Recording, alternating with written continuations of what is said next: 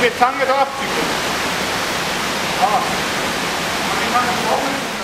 have some wrought iron here. Some of this may be steel, and some of it's definitely wrought iron. I got this as a gift from one of my friend's dad, who had actually he dismantled an old building on his property, and it had a lot of these old steel things. You can see some of this is spikes and bands to keep together construction, and other things are more like pieces of a chain. This could be from a boat, or it could be from a building of some kind, and a handle and some other things. As you can see here, this is a mix of things, and some of this could be steel, and some of it could be wrought iron, that's puddle iron, which is low quality, which would be well, unsuitable to try to recreate historical armor pieces or whatever. Anyway, and some of it could be bloomy iron, or short to do this here is to see if it's got layers. And as you can see, what you usually do is you cut halfway through and then you bend it until it breaks, and you can see if it's got layers. But this is already done on this piece, and if you can see this really here, I'll try getting some more. Oh, that didn't work. But maybe you can see this, that it's sort of yeah, you can see it here. Maybe it's got layers in there. As you can see, it's flakes, sort of flakes in layers. So this one is definitely some kind of iron, not steel. And these parts, as you can see over here, these might be steel, or it could be that these are puddle iron, because usually you can also see it on the way it's been constructed.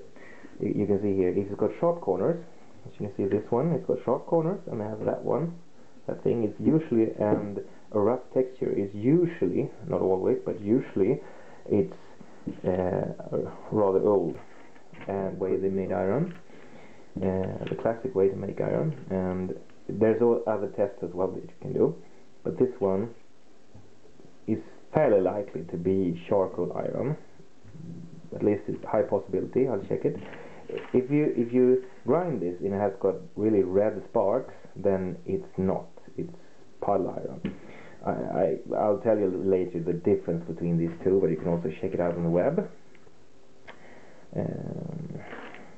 Anyway, the ones that I'm hoping for to be charcoal iron is that part, and we'll see all the parts to the right side here. This I found to be real soft. I thought it was maybe steel. It could be steel, it could be mild steel, or it could be iron. Anyway, these other parts, if it's really, you know, rounded and finer like this, is usually made in a later era, maybe 1900s, late 1900s, something like that, or maybe early 20th century actually. And about 1973 they stopped making iron, but they switched to a cheaper kind of wrought iron, and I don't want that. This is the old type, and these are new types. So if these have red sparks and these don't, they got yellowish sparks, more like that. And also, if the bend test works, like they get this texture that this one already has here. This is bent off already. Been tried to be bent off the building already.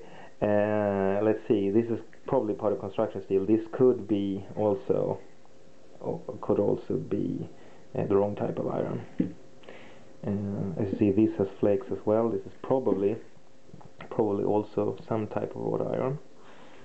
This maybe mild steel or fine wrought iron. Let's see. But at least I have something here, and the idea is that if this turns out to be the right type of material, if this is charcoal iron, if anything of this is charcoal iron, I can make some mail rings, for instance, in the proper material for medieval or Viking age, and to get it ultra authentic. Okay, so that's it for today.